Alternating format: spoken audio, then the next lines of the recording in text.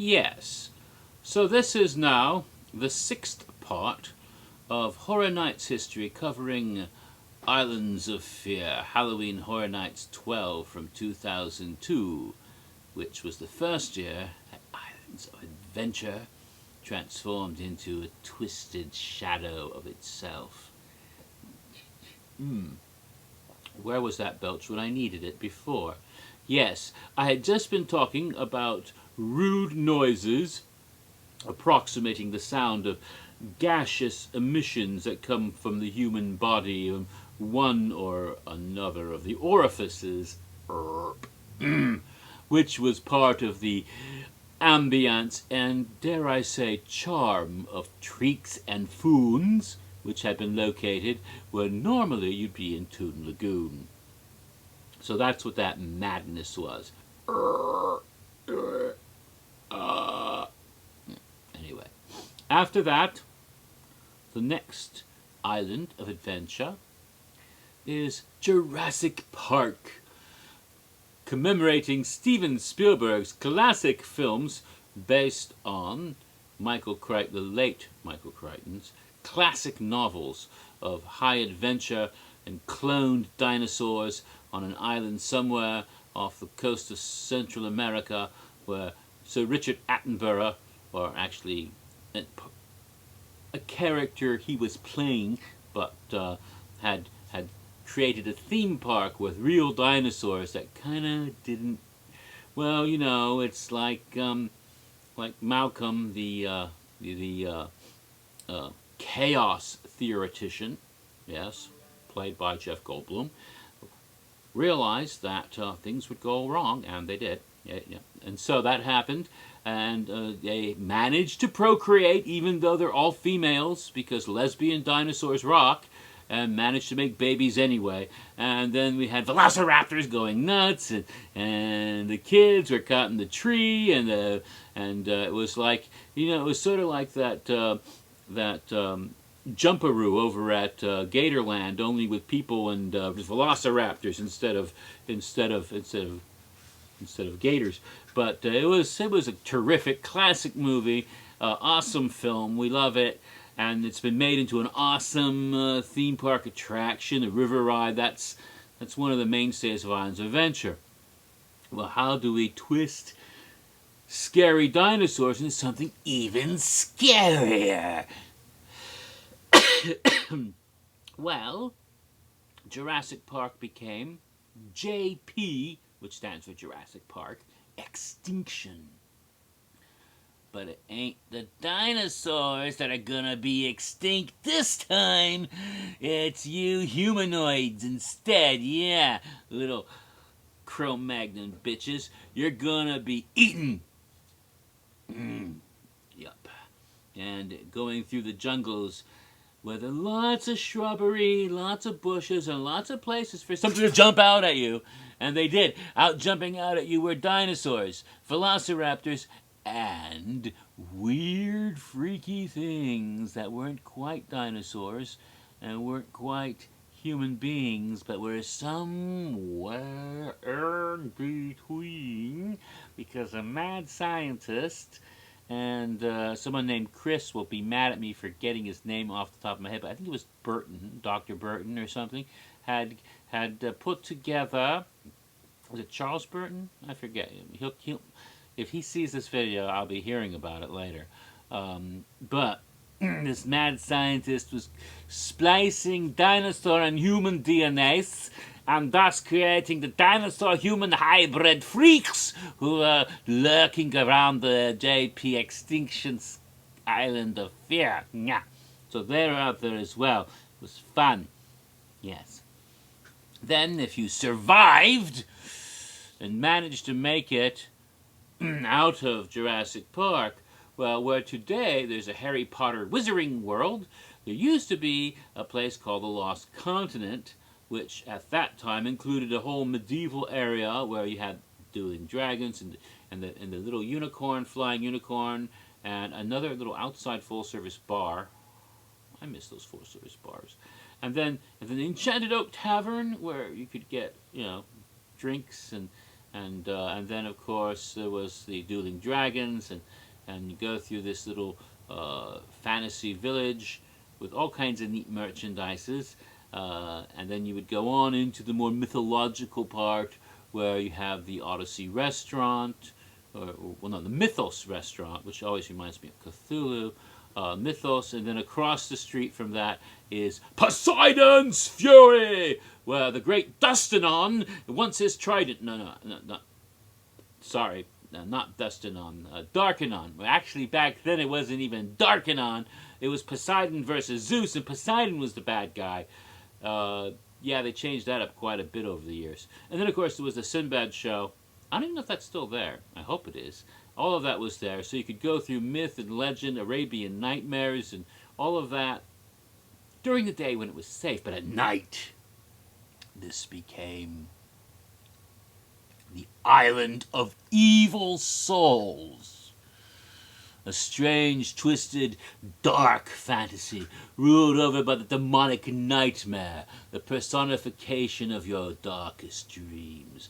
A demon creature, horned, who actually was standing right at the entranceway with torches around him, fireballs going up, going to usher you into this realm where all sorts of orcs and demons and fantasy horror creatures would leap out and attack you, including orcs with chainsaws.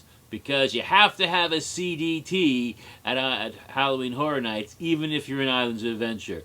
Yeah, anachronism of the worst kind, but hey, it's said in The Lord of the Rings, actually, it was in The Hobbit, it said that the hobgoblins, which of course were the orcs, in the Misty Mountains, that they had invented all sorts of the machines that were used to kill and maim humans, especially in large numbers, that had become so terrible in recent wars.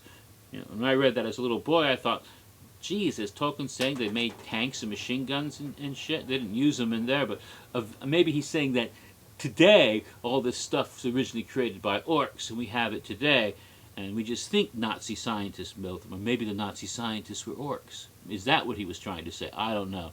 Or that there's something orcish about anybody who would make a device to kill thousands or hundreds of people. Who's calling me? It's after, that's the business phone, it's after business hours, so I'm not answering. Besides, I can tell just by looking that that's one of those unsolicited calls from 800 thing. If I try to pick it up, it won't even be a person on the phone. It'll be a gosh darn machine recording. I ain't answering it. No way. Okay, it's done anyway. Interruptions like that pee me off. Okay, so the orcs then could have conceivably come up with the idea of chainsaw massacres if you stretch Tolkien that far. Although I really doubt that the venerable Dr. Tolkien had in his mind at any time when he wrote The Lord of the Rings of having the Uruk-hai running around with chainsaws going after elves. Although, wouldn't it have been badass if he did? Anyway, they did it at Islands of Adventure, and Islands of Fear, and Island of Evil Souls back in 2002. So hey, there you go. Then, if you proceed a little bit further, you enter the next island, which in daylight hours was called Seuss Landing, and was perfectly safe and not scary at all. But at night, during Halloween Horror Nights, it became Boo-Ville. Not Whoville, but Boo-Ville. And it was perfectly safe and not scary at all. Why? Because Mrs. Giesel, I think her name is Giesel, because it was Theodore Seuss Giesel, or Geisel, or whatever his name is, the widow of the... Not again! I didn't answer the last time. You think I'm going to answer this time? Go away! Sorry about that. The widow Seuss, basically,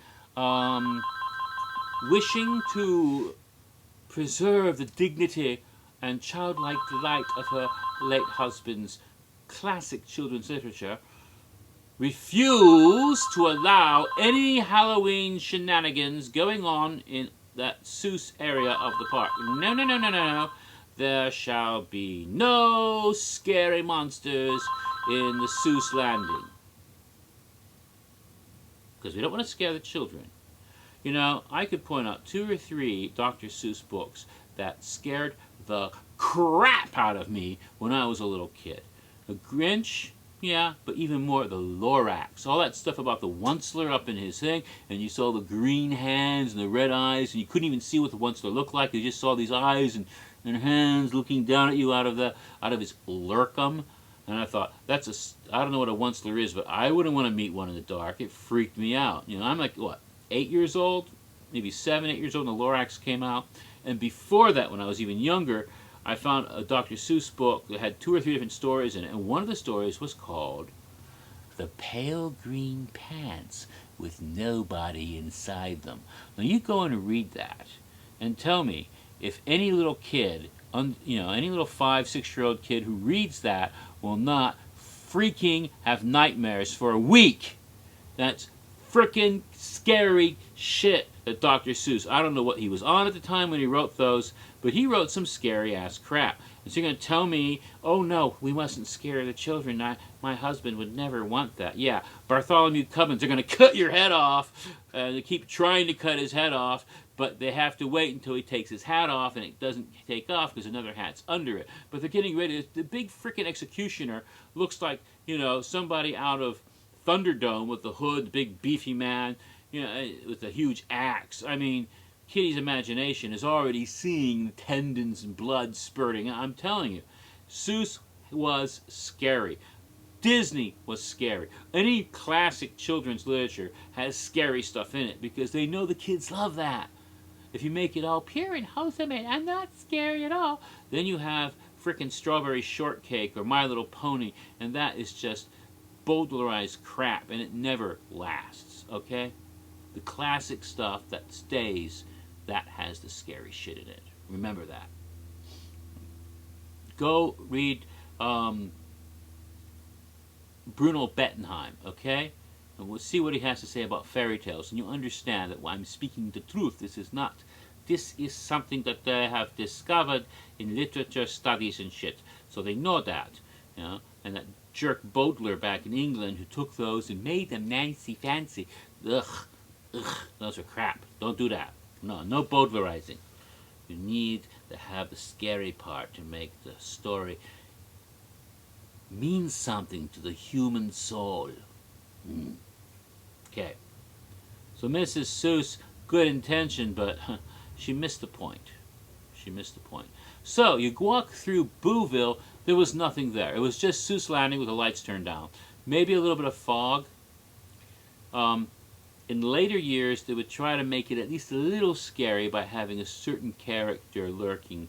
But I think that first year there was nothing at all. Just walk through the fog, and that was it for Seuss Landing. Boo-Ville. Yeah. Well, those were basically your scare zones, and basically the islands of fear. But what about the haunted houses? Well, they were located in the islands. Not every island had its own haunted house, but I will now talk about those haunted houses that were there. And the first one, an island under siege, was built in a building that had been constructed just to have Halloween Horror Night houses in it. Can you imagine? They try to find places to put houses, sound stages, a Naserman's thing, queue lines for Jaws or Earthquake. But now they actually built a building from scratch for the purpose of putting a haunted house in it. It was going to be, and for that reason, to this very day, it is called the Carnage Warehouse, named after the first haunted house that was presented in that structure located in the Marvel Superheroes Island area near the Doctor Doom freefall ride, and that is called Maximum Carnage. Yes. Today it's merely used as a warehouse, but the original concept was this would be specifically for haunted houses. Someday, maybe, it'll be the original use for this building will be resumed. We'll have to wait and see. Maximum Carnage, of course, continued the very theme of Islands Under Siege, in a haunted house where all the Marvel superhero characters were dead, and you could see skeletons wearing the Spider-Man costume, broken claws off of Wolverine, various heroes dying dead, dead, dead, and villains leaping out to attack you, minions and villains, and of course Carnage itself. Running out of time yet again.